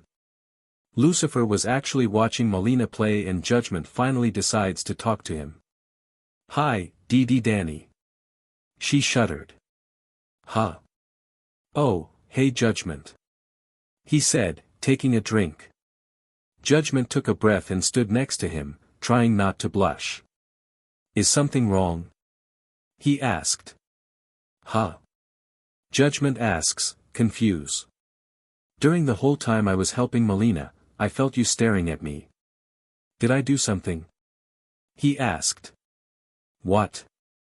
Oh no, you didn't. I was trying to make up my mind on something. She said, blushing. Which is? Danny asked. Judgment opens her mouth, but her words didn't come out. She needed to tell him. Would you like to go on a walk with me? She finally said. I don't see why not. After Malina's game, though. Danny said before heading back to the living room. Ugh. What the FIS wrong with me? Judgment screams in her head. Still, maybe a walk could help her. You're too late Modius, Justice already spoke to me about my feelings. She said, knowing that Modius was standing next to her. Oh, poop. I wanted to help. She said. Modius, you need to let us deal with this ourselves. I'm grateful for your help, but I need to deal with this on my own. Judgment said. Fair enough. Just tell me how lewd he is when you two come back. Modius said. Danny is right. That girl really needs her views on love check. Judgment thought. After helping Malina some more, both Danny and Judgment headed out. Judgment did wear normal clothes and was walking next to Danny. She felt their hands hit each other and blush. Sorry, Danny said. It's fine. She said. So much for trying to talk. Judgment thought. So, Judgment, how are you like Amity Park? Danny asked. Different from hell, that for sure. It is a nice town. She said. Thanks. Even with all the ghost attacks, people continue their lives as normal. Danny said. What about you? Since you're the one stopping the attacks. Judgement asked. I do what I can. It's just really hard to balance two different lives. And now I have to make time for you and the girls. Sometimes, I worry that I'm just making myself worse. Danny said. Judgement did see how Danny looked a few times. Even after taking a nap, he didn't look refreshed. Almost as if the rest he had wasn't enough. Don't you have help? She asked. Tucker and Sam are the only ones that do. Jazz tries, but she pretty bad at it. Danny said. Does she still not like the fusion with her and Strada? Judgement asked. Nope. Keeps going on about how she wasn't like that, even though Malina and Strada told us that it had that personality from the start. Danny said. That made Judgement think. While Jazz was still a mystery, it was believed that only because of the close bond he had with Malina, it might have also been his ghost powers that let him fuse with Malina. She won't lie, she was curious about them fusing as well. Wonder what would we look like? She said. I don't have the foggiest idea. But if I was to guess, we might look like some kind of judge that punish people. Danny said. That sounds more like me. Judgement said. Point. Danny agrees. Judgement then sighs and stops walking. Danny notices and turns to her. Judgement? He asked. Danny, I need to tell you something. She said before taking a breath. Look what we got here. They turn and saw Dash and a few of his goons walking up to them. Danny groans, know what Dash was up to. Really, Dash? You've been warned many times. Are you really that stupid? Danny asked. Funny. But I think I know how to get the girls for good. He said. And what is this time? Judgement asked. She knew whatever Dash came up with wasn't going to work. However, she was surprised when two of the goons grabbed her and held her down. What the? She said, and couldn't break free. What? I can't break free. She thought, surprised. Let her go. Danny said, ready to help Judgement. Dash turns and punches Danny, knocking him into two more of his goons. They quickly grab him as Dash smirks. You know, I've been hearing that the girls hang out with you because they like you. Maybe if I show them what you really are, they won't like you. Dash said. Really? The girls like me for who I am, not what? Do you want Modius to re-break your arm? Danny asked. You know what? I'll start with that first. Dash said, before grabbing Danny's arm. Judgement heard the loud snap and heard that Danny tried to hold in his scream. This was strange, she knew Dash picks on Danny but hurting him. She knew his ghost powers would heal the arm, but Dash wasn't done. There. Payback and there's more. He said, before punching Danny. Judgement could hear the blows, but not the cries. She also saw that Dash wasn't letting up. She tries to break free, but one of the goons punches her in the stomach. Hold still. He said. The other goon sighs and leads down to her. Dash has been going on about how to win you and the others. I know you like Fenton, but Dash doesn't want to accept that. When the others told him to leave them be, he blames it on Fenton. I just wanted to say, I'm sorry. He said. Judgement blinks in surprise. It was clear that this member didn't approve of Dash actions. She saw that Dash had stopped hitting Danny and was able to see him. Danny's face was red and appeared to be bleeding from a broken nose. He even had a black eye. But there was one thing she notices above all. Danny wasn't scared. In fact, he was staring at Dash. Dash notices the look and growls. Stop looking at me like that. He shouted. Danny just kept the look. Dash growl again and punches him. Danny's head was turned from the blow, but he just looks back at Dash with the same face. Alright Fenton, I didn't want to use this, but you left me no choice, Dash said, reaching into his pocket. Judgement gasps as he pulls out a brass knuckle. Whoa, Dash. What are you doing? One of the goons shouted. Shut up. Fenton needs to learn his lesson. Dash shouted, before punching Danny. This time, Danny let out a grunt. But he still kept the look. Judgement had enough. She wasn't going to let him hurt Danny anymore. Enough. She shouted, causing her chains to burst out of the ground and knocks the goons after her. She then threw some of her chains at the goons holding Danny and knocked them down. She then threw one chain that wraps Dash up. Get over here. She shouted and pulls the chain. Dash was sent fly towards her and Judgement grabs him by the neck. She grabs the chains and felt Dash sins. So, you were raised to believe that money and fame are more important than anything? You pick on Danny because you can.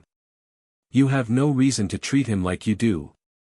And it's clear that you truly can't accept some cute demon girls would ever like him over you. It's not about money or fame. We like Danny because of the kind of person he is. You just think you're better when you're not. She shouted and had the chain squeeze him. Dash tries to hold in a scream before Judgement steps up close to him. I won't kill you, but you will suffer for your actions. She said. Judgement, enough, Danny spoke up. She looks up and saw Danny walking over to her. She made the chains disappear and dropped Dash.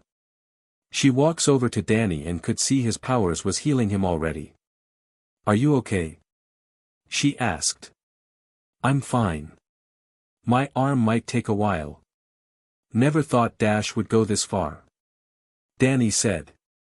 I look into his sins. It appears that he was tired of being turned down. He wasn't going to kill you, but it was clear if I didn't step in, you would have no choice, but to go to the hospital. Judgement said. Danny sighs and saw Dash pick himself up. Danny shook his head. Dash went too far. He uses his good arm and pulls out his cell. Judgement walks over Dash and rewraps a chain around him. Dash made a mistake, and it was time to pay for it. When the Fentons heard and saw what happened to Danny, they were furious. The Baxters turned to deny their son doing those things. Judgement was able to show them proof. She uses her chains to show everyone what Dash did, and it was clear that the Fentons were even more upset. Because Dash was still a minor, prison was out of the question. So he had to do community service to pay for the hospital bills. Luckily, the girls were able to hide all trances of Danny powers. It was part of their deal. I can't believe he went so far just to get us to leave you. Modia said, wanted to break every bone in his body. Are you sure you're going to be okay? Azazel asked, already thinking about pray to her father for him. Yeah, I'll be out in few days. Thanks again for hiding my powers. Danny said. Anytime. I still think he deserves worst. Lucifer said. Well, he is bound for hell. We can all have our fun with him. Pandemonica said. And I know I can't stop you then, Danny said. And I was getting into the new game too. Malina groans. Hey, once my arm is healed, I'll start playing games again, Danny said. Justice turns to Judgement and saw her nod. How about we give him some room? His family is coming over, and there's already way too many of us here. She said. Most of the girls looked surprised, but Modius and Beelzebub knew what she meant. Very well, we'll see you later, Danny, Lucifer said as she and the girls left. Danny sighs before seeing Judgement step next to his bed. Danny, I have something I really wanted to tell you. Something I want to get off my chest. She said. Sure, what is it? Danny said. Danny, I like you. She said. I know, you all like me, Danny said. No, I mean, I like you more than a friend. I'll love you. She finally said. Danny blinks in surprise. Judgement loves him. He saw her blush and look away. Danny sighs and reach out with his good hand and places it on hers. Judgement, I'm glad you told me. I was worried that you were avoiding me. I mean, I'm still wrapping my head around all this. First Lucifer, then Malina, Modius, Cerberus, Azazel, Beelzebub, and finally, you. But you girls are more than demons. Don't I have a punishment? Danny said. Judgement turns to him and smiles. Just one. She said, and kiss him. Danny blinks before kissing back. They broke, and Judgement smiles. And call me Judge. She said. Outside, Justice leads on the wall next to the door and smiles. That's my girl. She said. Dash's actions were heard throughout the school. No one could believe what Dash did. Danny enters school with his arm in a cast and some bandages on him. Thanks to his ghost powers, most of them were healed already. But to keep his powers a secret, he left them on. Even the teachers couldn't believe what Dash did to him. Danny enters his class and sat down. He was then joined by his friend Tucker. Dude, I can't believe Dash did this to you. He said. I told Dash many times that the girls were demons, and not the kind to mess with. But in his mind, he is worthy and I'm not, Danny said. Still, are you sure you should be here? Tucker asked. I'm fine, Tuck. Judgement was there and she did stop him. And Mr. Lancer knows better to be HRD on me. Danny said.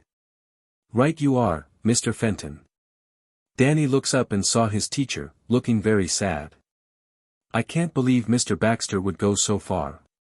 This is my fault. He said. Mr. Lancer, no one knew what Dash was going to do to me. I thought he was up to his old tricks.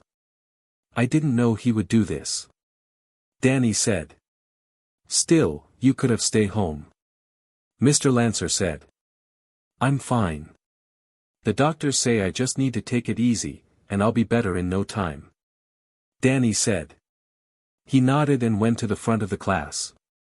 Dash enters the classroom, and Mr. Lancer told him to take a seat. Dash passed Danny without a word and sat down at his desk. Classes began, and things went like normal. However, one of the students notices something and raised their hand. Yes. Mr. Lancer said. There are 3 strange girls at the window, Mr. Lancer. He said. Wondering what he meant, Danny turns and was surprised to see. Cerberus. He said, causing people to look at him. Wow, so many humans. So many to corrupt. Hi, Mstr Danny. They said before shaking their heads and re-looked. Mstr Danny. They shouted. Mstr Danny. The class asked. Mr. Lancer, can I be excused? Danny asked, ignoring the question. Seeing that Danny knew those girls, he allows it. Danny left his classroom and was soon outside, next to Cerberus. Cerberus, what are you doing here?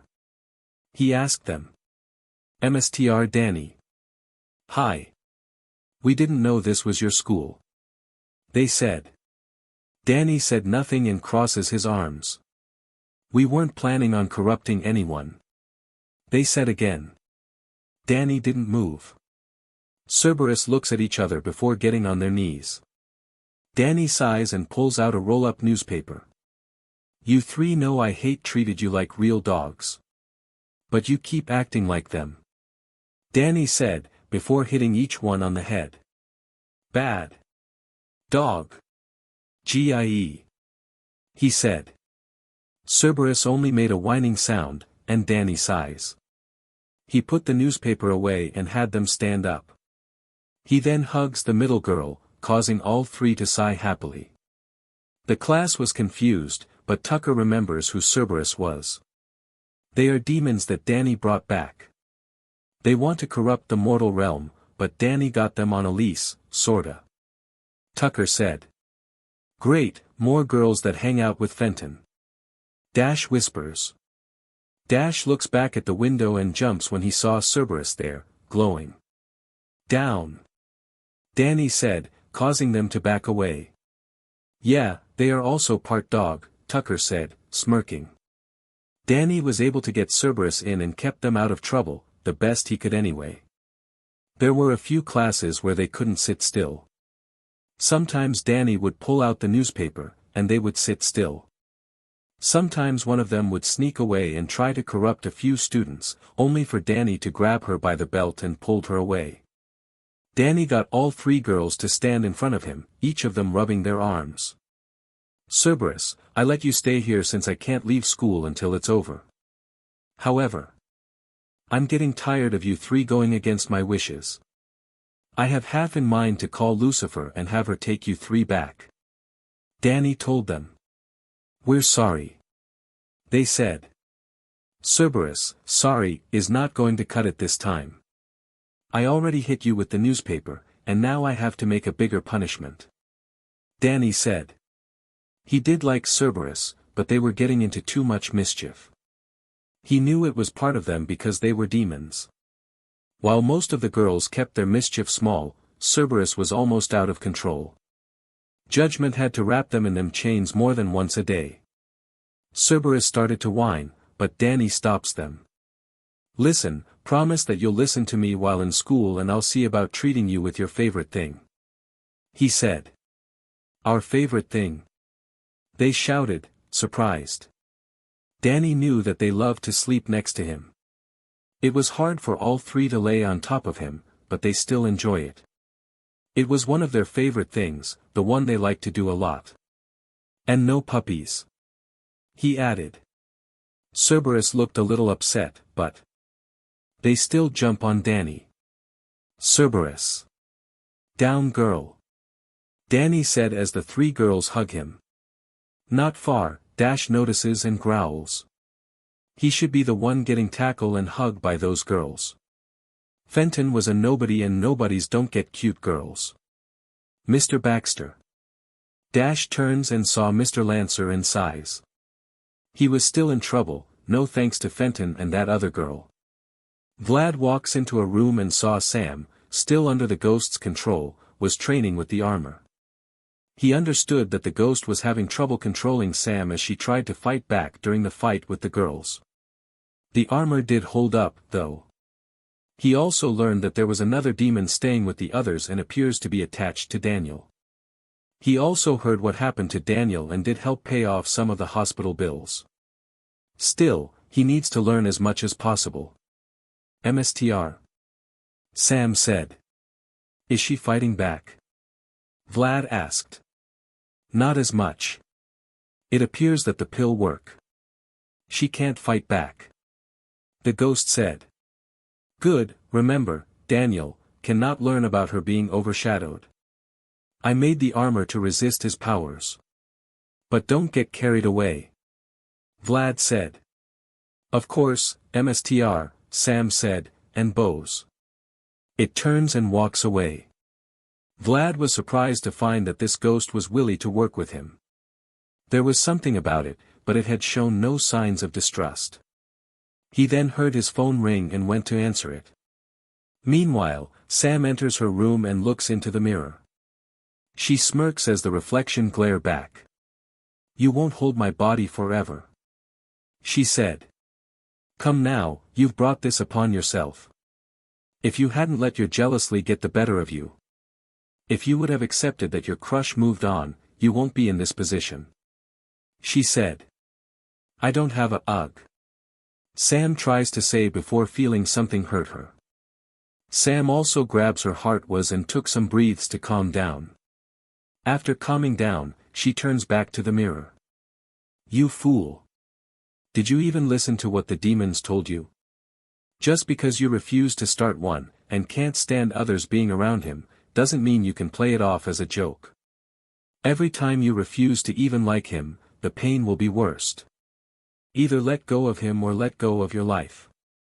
She said. No. Sam said. If you're hoping that he will save you and see you're right, then you are a bigger fool than that man, Sam said back. They're demons. Sam said. And that's how you treat them. Believe me, most ghosts wouldn't dream of messing with a demon. But, with this armor, I can fight them. And with your body, dannyphantom wouldn't dare hurt you. She said. Danny will save me. Sam shouted. Whatever, Sam said and turns away from the mirror. Soon, the boy will awaken his demon form. She smirks. Danny and Cerberus sat down at their table for lunch and Danny shares half of his sandwich with her. Tucker looks surprised to see all three girls as the middle one took a bite. Dude? Tucker asked. Cerberus might look like three girls, but they share one mind and one soul. Demons can have many bodies, but they are still a single demon. If one of them feels something, the others would too. Danny said. Really? Wow. Tucker said. But it's dangerous for all three of us to feel something at the same time. The first girl said. It will cause an endless feedback loop between us, and it usually ends in bloodshed. The third girl added. That happened once. I wanted to make all three girls happy and, use my powers, kiss all three of them at once. Danny said, fake coughing. Wait, I recall seeing you rub your shoulder a lot during one of the times you came back, Tucker said. Cerberus looked down, still remembering how they attacked Danny. Danny reaches over and pats the third girl's head since she was closer. Cerberus smiles as Danny looks at them. They weren't themselves. And you know me, Tuck. I didn't want anyone getting hurt. Danny said. Tucker nodded. Knowing that very well. Does this mean we can have puppies? They asked. Cerberus. Danny shouted, blushing. Puppies? Tucker asked. They mean kids. They want to have kids with me. Danny groans. Dude, Tucker said, surprised. Danny could only groan as they ate lunch. Dash was surprised to hear that and smirks. Cerberus surround Danny, two of them on each of his arms and the last one on his back. Tucker could only blink. Dude, are you letting them on you? He asked. They're puppies, Tucker. Even if I tell them to get down, they'll just get back on. Danny said. And since Judgement wasn't here, it was hard to keep them under control. They walk on until they saw a few girls turn from them in disgust. Please, kids with Fenton. That's so wrong. One said. And with how they act, Fenton couldn't do worst. Another said. Cerberus growls, but Danny stops them. Heel, Danny said. Wow, Fenton, are you really treated them like dogs? A boy said. Yeah, they must be his bees. Another laughs. Bees? Cerberus shouted, ready to attack them. Cerberus, down girl. Danny said, pulling all three back. Yeah, they're his bees all right. The boy said and laughs. Cerberus still growls, and Danny was confused. Why was everyone treated them as they did something wrong? He then heard a familiar laugh and turns to see Dash walking up. Dash, should have guessed. Danny groans. I'll admit, this wasn't the girl I hoped to get back at, but all the same. Big Mouth Foley gave me just the thing to get back at you, Fenton. Dash said. What I do? Tucker asked. Back off, Dash. Just because Cerberus acts like a dog doesn't mean she is one. Danny said. Yeah. We can be humans too. They agree. Dash then pulls out a stick, and all three girls started to breathe happily as Dash waves around. Fetch. Dash said and threw the stick. Cerberus ran after it before Danny could grab them. Danny glares at Dash before running after them. Dash just laughs as Tucker sighs. Curse the person that came up with the word fetch. Cerberus shouted. Danny caught up with them and saw the girls trying to rip apart the stick. He hits them with the newspaper, and they blush in embarrassment once it caught up to them. Just don't let Dash get to you. He's just being a JRK. Danny told them. We're sorry, Mstr Danny. They said, feeling bad. Danny sighs and faces them. Look, Cerberus, I get it. You're part dog. Sometimes you can't help yourself. Besides, I don't see it as a bad thing. Danny said. You don't? They asked. No, remember how you helped me in hell? You smell out any powerful demon that I to avoid or help. You make sure I get some sleep whenever I stay up so late. I never had a dog, but I can easily tell you 3 are not dogs. You might be demons, but I clearly see 3 as people. Danny said. All 3 girls smile before the middle one walks up and kisses Danny, making all 3 of them from the feeling. The middle girl broke the kiss and smiles. Thank you, Mstr Danny. She said. Sure. Danny blush. That was one thing he was glad about. They kiss like normal girls. So, how long are you going to wear those? Cerberus asked. The bandages will come off later today. The cast, on the other hand, has to stay on. But don't worry, I'm good to go. Danny said. Yay. That means we can have puppies. Cerberus cheer. Cerberus. Danny shouted. Pandemonica yawns as she enters a coffee shop. She ran out of Hellfire coffee beans, and it was going to take a while for a new order to come in. She did find this shop and did have some normal coffee. It was a surprise, the coffee here was really good and the owner always greeting her with a smile. She walks up and stood at the counter. Hello, Pandemonica. The owner smiles. Hi, Mr. Fresh. She said as he places a cup in front of her. Pandemonica took the cup and drank it. Like times before, her horns grew, but this time her face was different.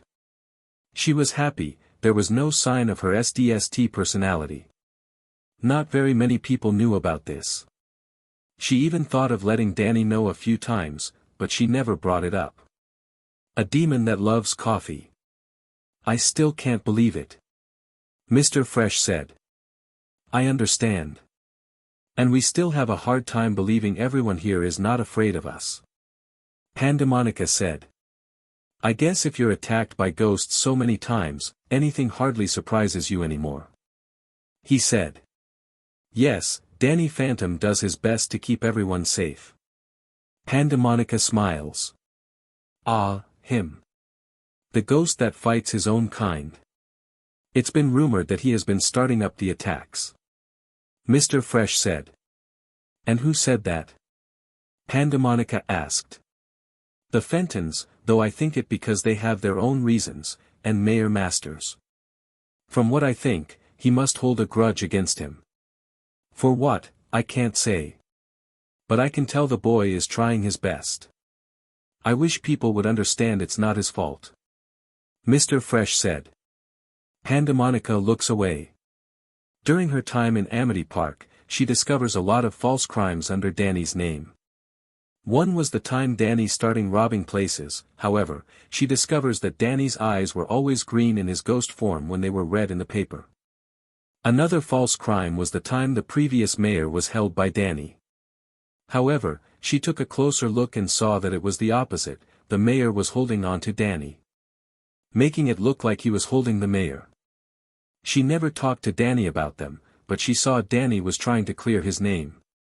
She already knew he was innocent. So, Pandemonica. How goes Hell customer service? Mr. Fresh asked. Long and boring. Even after getting out of Hell, I still have to go back and make sure the citizens are doing fine until Judgment Day. She said. I see you trying to talk to that boy that brought you here. I know you told me that you're socially awkward, but it's clear that you are happy to be around him, even when breaking his fingers. Mr. Fresh said. Pandemonica was quiet. She still rarely speaks with Danny. Most of the time, it was just to make her coffee and see how well he does. They might try to chat here and there, but her job and Danny trying to make time for the others made it hard for them to even talk for long. The only time she did get to spend time with Danny was when she visits Danny's school. Pandemonica, I know you for a few months now. Keeping quiet about this isn't going to make it better. Mr. Fresh said. I know. He's the first person to even offer to make me a cup of coffee. I know he's learning, and he's getting better with every cup. But from the way the other girls act around him, I want to feel that too. Have him hang out around me and make me happy. Sadly, my job takes up most of my time. She said. Ever thought about trying to find someone to take over a few days? Mr. Fresh asked. Yes, no one can do the job right. She said. Pandemonica, even a SDST has its limits. I can tell that you care for this soul very much. If you can't have time, then make time. Mr. Fresh said. Make time? Pandemonica asked herself. She then noticed another cup set down with a bag. Here you are, Pandemonica. I have you have a wonderful day. Mr. Fresh said. Pandemonica blinks before smiling. She walks down the street and drank her coffee. Mr. Fresh's words stay in her mind.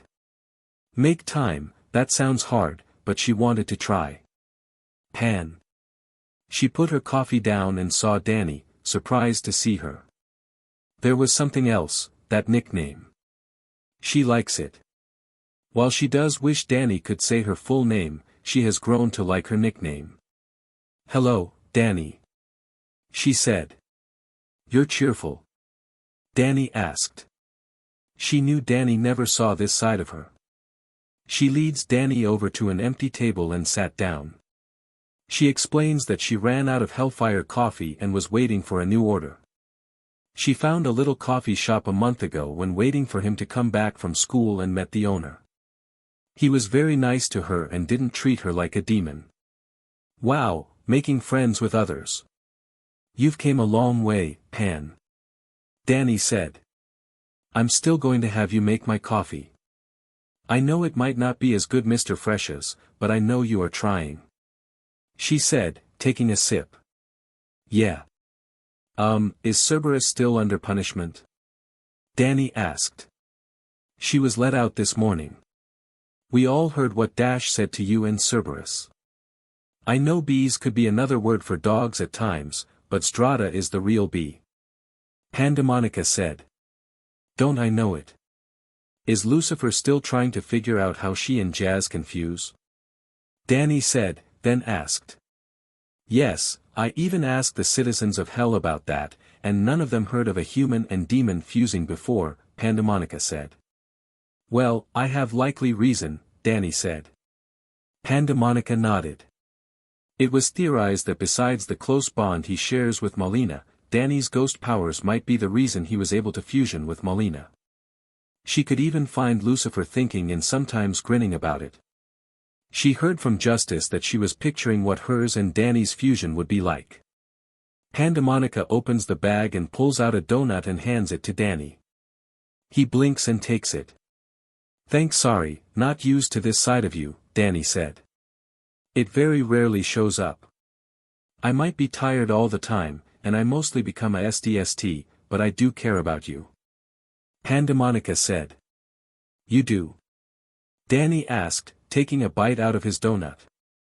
Yes. You're the first human to ever offer to make me coffee and the first to ever get some Hellfire coffee beans. Even when you saw my SDST side, you still let me hang around you. I want to learn more about you, Danny. But our jobs are making it hard to speak with each other for no longer than a few minutes. Pandemonica said. Yeah, I got to know the others well, but not you. I understand your job is tough, and I wish I could help in some form. Danny said. Pandemonica smiles. Danny really did care for her. She really did want to make time for him, even if she ends up breaking his fingers most of the time. She recalls what Azazel said about Danny bringing out the light in them. The coffee might put a spring in her step, but it was Danny that made her feel really alive. Modius and Malina told me about your dates with you. I might be a SDST most of the time, but even I'm curious about it. Pandemonica said. Pan, are you asking me out on a date? Danny asked, surprise. Yes, I am. You better impress me or I won't just break your fingers. Pandemonica said. Danny sighs and shook his head. There's the Pan I know. He said. Let me get this straight, you want a night off so you can go on a date? Lucifer asked, shocked. Yes, I want some time with Danny. We barely speak to each other. I want to know him some more. Pandemonica said. I get that, but are you really going on a date with him after you had your coffee? Lucifer asked. Lucy is upset that you ask him out first. She has been planning to take Danny out for some time. Beelzebub said, smirking. You stay out of this. Lucifer shouted. Danny has treated me like a person, but I think it's time for us to really get to know each other. And not in the way Modius thinks. Pandemonica said. But are you going as the tired demon or the SDST demon? Modius asked. Pandemonica had to think about that. She was one of the few demons to carry two titles. If she went as the SDST demon, she could easily make the date bad, which Danny wouldn't like. If she went as the tired demon, she more likely falls asleep during the date. She pushes up her glasses and sighs. I cross that bridge later. Lucifer, I need someone to take my place and not one of those weaklings you call loyal followers. She said. Fine, I'll see what I can do, Lucifer said. Someone's jealous, Beelzebub said in a teasing voice. Shut up. Lucifer yells. Later that night, Pandemonica stood ready. She got a text from Danny that he was taking her out and didn't have to worry about dressing too nicely. She even asked him if she should go as the tired demon or the SDST demon. She got an answer and was surprised. He doesn't mean to upset her, but he wanted to take his chances with the tired demon. She did point out that she might fall asleep during it, but Danny assures her he will wake her up. So she avoided her coffee and waited for Danny to show. There was a knock, and Cerberus actually opens the door. Cerberus wanted to stop being treated like a dog and started to act more like people. Like answering the door and welcoming people instead. When it came to Danny, they still jump on him once he was inside. Which is what they did when they closed the door. Cerberus. Danny cried out as the three girls hug him. Pandemonica gave a small smile. Danny was different than most humans. She knew he made some bad choices, but he always tries to fix them. She sighs. Danny was signed to go to heaven when the time comes. Azazel would be able to see him a lot, but she and the others won't. Still, she was going to enjoy her time with him. If you don't have time, make time. Pandemonica walks up, just as Danny got Cerberus off him. Pan, are you ready? Danny asked. Yes, I didn't touch a cup of coffee today. She said, yawning. Again, I'm sorry, but I don't want to take chances with the SDST on a date, Danny said. It's fine. I already know that dating a SDST is not the best ideal date there is. Pandemonica said. Okay, Danny, before you go and before anyone else asks you, we're going on a date next. Lucifer said. Lucy's jealous, Beelzebub said, walking by. I told you to shut up. Lucifer shouted. Fine, I have you mark after Judgement, Danny said. After? Lucifer shouted. Yeah, just a few minutes before I left, I got a text from her about a date as well. Told her about Pan, and she said she'll wait. Danny said. Lucifer froze. Danny started to look worried, but Pandemonica stops him. Don't. She'll be fine. Let's just go. She said. Danny looks confused but follows her out of the apartment. Just as he closes the door, though. Come the F on. He's my boyfriend. They both just end up walking around the town, with Pandemonica yawning every now and then. Danny was started to rethink his choice. Maybe dating a SDST wouldn't be that bad, Danny whispers. What? Nothing. Pandemonica had to admit, going on a date as the tired demon was tiring. She spotted the coffee shop she goes to and headed there, causing Danny to run after her. She enters and saw Mr. Fresh was still working there. Ah, Pandemonica. This is a rare sight. He said. Good evening, Mr. Fresh. She said as a cup was placed in front of her. He then turns and saw Danny. Ah, Mr. Fenton. It's been a long time. My, you have grown. He said. Hey, Mr. F, good to see you're still holding up, Danny said. You know him? Pandemonica asked. Yeah, my parents used to come here all the time back when they were my age. The nasty burger didn't exist back then. Danny said. They still come over, even on their anniversary. Let them know that it's still open. Mr. Fresh said. Will do, Mr. F. Danny said. Pandemonica smiles. The two people she likes actually knew each other. So, stop any ghost lately? Mr. Fresh asks as she drinks her coffee. My parents are trying, but they really still working out the kinks, Danny said. I meant you, boy. Mr. Fresh said, causing Pandemonica to almost choke on her coffee. You know. Danny asked. It's not that hard. I don't know how this town misses it, but turn your hair white and make your eyes green, and you look just like dannyphantom in normal clothes. He said. Pandemonica blinks. As part of their deal, she wasn't allowed to tell anyone Danny's secret, but Mr. Fresh discovered it on his own. Don't worry, Daniel.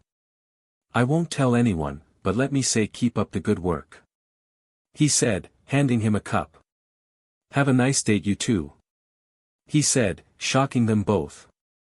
Danny and Pandemonica both walk down the street, still confused and shocked about what they learn. I guess not everyone is clueless, Danny said. I guess so. Pandemonica agrees. Danny goes to take a sip before his ghost sense appears. He groans and looks at Pandemonica. Sorry, Pan. I just sense a ghost and I need to find and stop it. Danny said. It's fine. Do what you must. She said. Danny nodded and ran off. Pandemonica sighs and took a sip of her coffee. This date was far different than Modius and Malina's. Still, she was having a good time. Was this what it was like to hang out with someone? She goes to take another sip before she felt the ground shake. She was able to stay on her feet, but she notices her coffee was on the ground. She started to growl before hearing the sounds of a fight. Someone is going to get hurt. And it won't be by Danny. She said and stomps towards the fight. Modius as she opens her eyes. She had that dream again. A dream where she and Danny were happily married and has lots of kids. It was just so strange.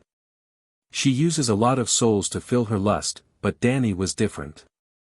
He was not just cute but friendly, brave, and heroic.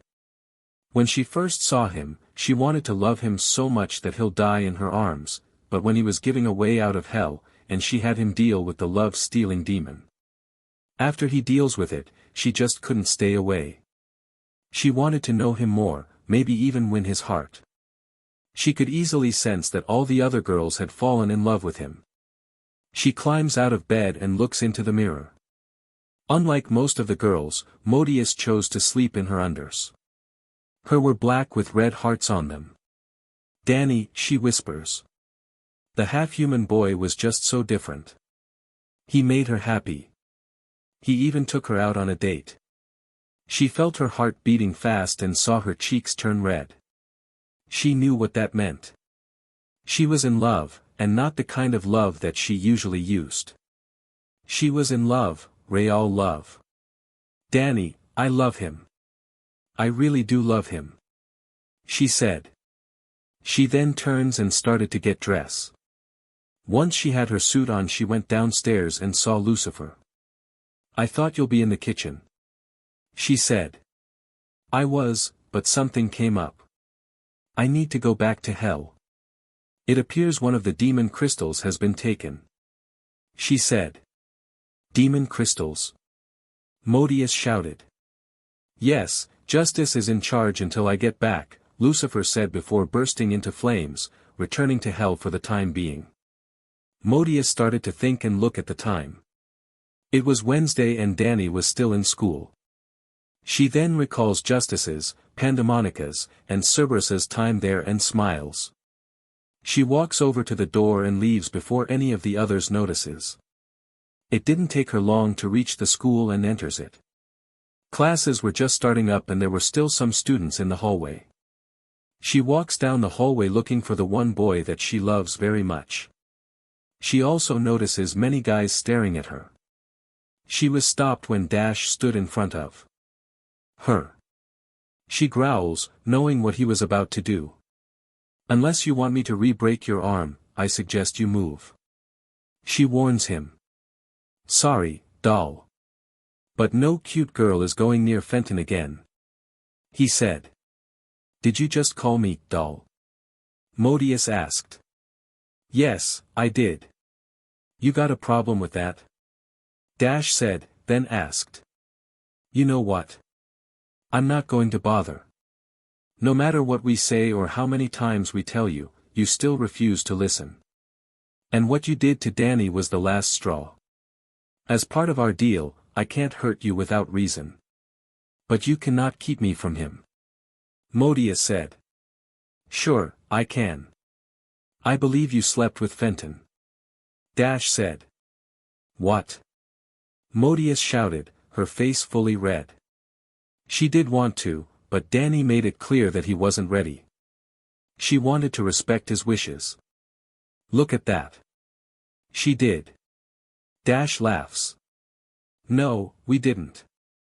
I asked him once, and he said he wasn't ready. I'm waiting until he is." Modius shouted. "She's telling the truth." Everyone turns and saw Danny walking up, clearly not happy. "This a new low for you, Dash. First Cerberus and now Modius. You're really trying to make things worse for you," he said.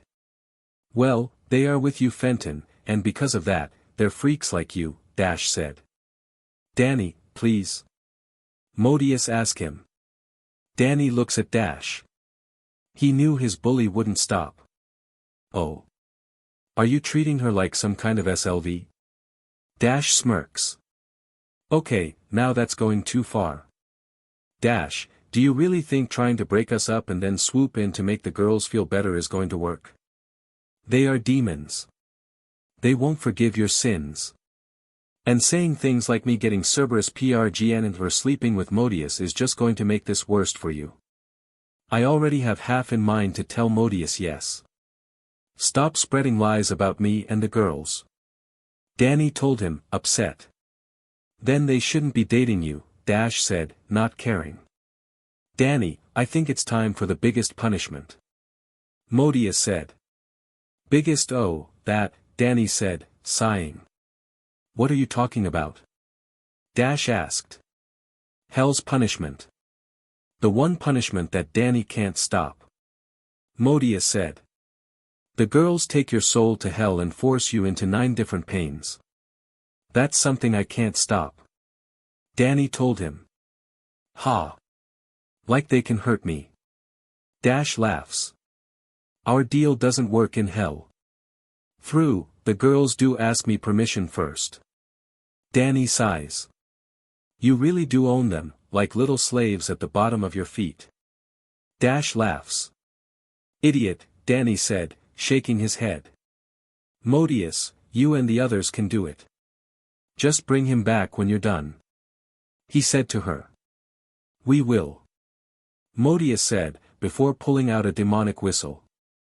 "What's that?" Danny asked. "Just something Lucifer gave us," Modius said and blew it. Everyone was shocked to hear a scream of fear and pain instead of a loud noise. As the noise faded, a huge flame appears and all the demon girls appear, even Beelzebub. "You call Modius?" Lucifer asked. "Yes, Danny gave us permission to carry out hell's punishment," she said. All the girls look shocked. "He's spreading lies about me and Modius sleeping with each other and saying I'm treating you like slaves," Danny said, pointing at Dash. "Us? Slaves?" Malina said, growling. "What a worthless mortal. He clearly doesn't care about his own actions." Pandemonica said. "No, he does. Judgement saw that." Danny said, recalling how Judgement did that. "Well, seems his judgment is coming early," she said before summoning a chain and warps him up. Dash looks surprised and Danny sighs. "I warned you, Dash. You didn't listen." "Yes, I don't approve some of the things the girls do, but there are things not even I can stop," Danny said, before nodding at the girls. Lucifer nodded back and soon the girls were covered in flames once again and disappear. "Hell's punishment is the one thing I don't like. I wish I could stop it," Danny said sighing. Modius enters her part of hell and could see all the things she still had. She then noticed her sledgehammer and grabs it. "I forget about this," she said, swinging it. She knew she was after Pandemonica, but she requested to be last this time. She wanted to make it special. She then thought back to Danny. She and the others knew Danny didn't like hell's punishment. But they made it clear that all souls have to be punished and not all of them can be stopped. She took off her jacket and hangs it up. She thought back to the first time she met him. She thought he was just another lost soul, a cute one at that. So, she forces him to kiss her. She was shocked to find he was still alive and did try to suck the soul out of him. She was even more surprised to find him phased out of her grip. After learning he wasn't supposed to be in hell and was tasked by Lucifer to help out the girls for a chance to go home, she tasked him to take down her rival. She was surprised for the third time when he took it down. From that day on, she wanted to know more about him. She could feel her heartbeat and put a hand on her chest. Another thing she notices, every time she thought of Danny and the things he did, her heart would start beating fast. "Danny," she said, with a love-struck look. "Modius." She snaps from her thoughts and turns to see Judgement, holding Dash's soul.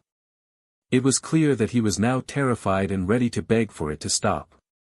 "That was fast," she said. "Not ready. We have different places in hell. He failed each of the punishments," she said. "Wow, he's a big tough guy that cries like a baby," Modius said, rolling her eyes. "She hates men like that. Danny might not be big, but he is strong. It takes a lot to make him cry. Here you are. Have fun," Judgement said as she hands Dash towards Modius. She took the chain and undid it. Dash looked ready to run, but Modius grabs him. "Sorry, but you're not going anywhere. So, me and Danny sleeping together? I want to at some point, but when he's ready like I said. For your punishment with me, first, I'm going to break your legs," she said before swinging her hammer and heard two loud cracks. Dash's cries of pain were heard throughout hell as Modius kept her punishments up. School ended, and Modius brought Dash back to Earth herself. While there was no injury on his body, it was clear that he was scared of her now. "Now, listen here. You're lucky that we didn't take out the big guns," she said. "BBB big GGG guns." Dash shudders. "For Danny's shake, we went easy on you." Modius smirks. "What?" Dash shouted. "All the pain he went through, all the torture, those were the easy ones. So, keep doing this to us and Danny, and next time, we will go all out on you," Modius said. Dash turns and runs from her. Modius smiles. She was glad that she finally got to teach him a lesson. She turns and saw Danny. Feeling her heartbeat once again, she walks up to him and covers his eyes. "Hello, handsome," she said. "Modius?" Danny said, turning to face her. "I'm back, and so is Dash. He should leave you alone now," she said. "Good," Danny said, sighing. Modius then reaches over and peck his cheek. "We went easy on him," she said. "Easy?" "Modius, you and the others told me that your easy was nothing pain and torture," Danny said. "Yes, it is. The higher levels would have left him scarred and broken. I think we scared him through," she said. Danny sighs. He really didn't like Hell's punishment. But he knew he couldn't stop it. Modius then grabs his hand and blushes. "So, can we take a walk around town?" she asked.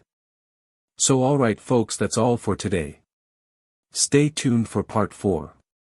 Do subscribe, like and share for more such videos. Also check out the story and Phantom Fan 21 on FANFICTIONnet. Press the bell icon to be notified first on release. See you in the next video. Till then, goodbye.